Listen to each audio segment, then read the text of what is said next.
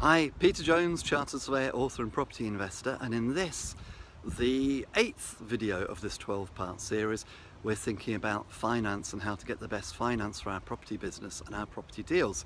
Now, we've already touched on some of this in an earlier video, but what I want to say here and make the point and stress it is that in order to do this and in order to have the best chance of success in property, we need to appoint a really good mortgage broker, if not a really great mortgage broker. Now, not all mortgage brokers are the same. Some will specialise, for example, in buy-to-let, others might be more on the commercial side and specialise in HMOs. Find the right broker for what you're trying to do. Also, remember that not all brokers are the same in terms of what they are able to do or what they can achieve, because some are good and some are not so good.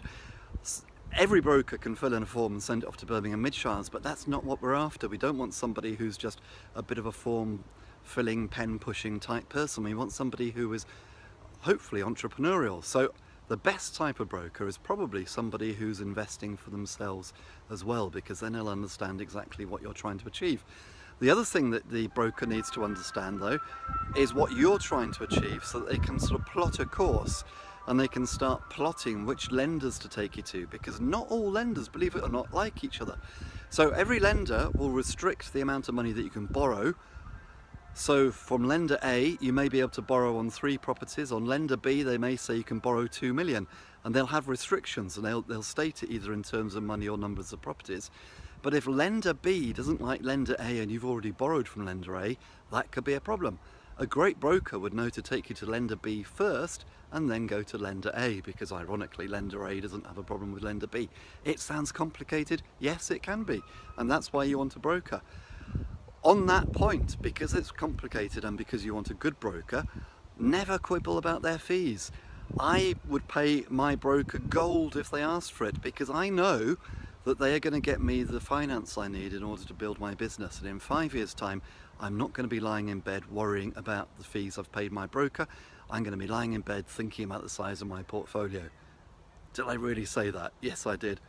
That sounds awful, doesn't it? But you know what I mean. You know what I mean. It's not about fees. Don't quibble about the fees. Just get the best person, because the best person will help you build your business.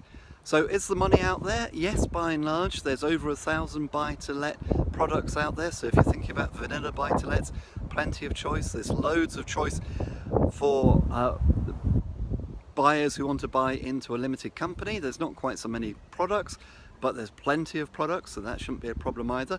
If you want to do something more commercially minded like HMOs, there's loads of products for that as well. The money is out there. But what if you're thinking, well, I don't really have any money to start with? Good question. Well, if you don't have any money to start with, see if you can raise some money. What about making a joint application with somebody who has got some money? Ah, no, here's an idea. A lot of the buy-to-let lenders, for example, will allow joint applications from 4 separate individuals on one application. So maybe if you haven't got enough to get yourself started, maybe if you team up with somebody else or team up with another couple of people, they might have the funds to be able to pay the deposit and you can all take out a mortgage together. That could work. What about a gift from a parent or a grandparent? A lot of lenders will accept a gifted deposit as long as the money originates in the UK, as long as they can see where the money's come from, and as long as the money comes from a close relative, such as a parent or a grandparent. Could be loads of ways. What about releasing money from your pension? What about selling some stuff? There's loads of different ways that we can raise money to get ourselves started.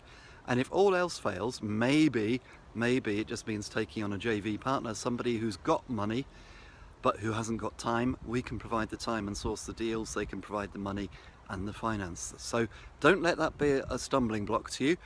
Although for many people it is, sadly, but it shouldn't be. So there we are. There's a few ideas on finance. Here's to successful property investing. See you in the next video, and hopefully the ice cream van will have gone by then.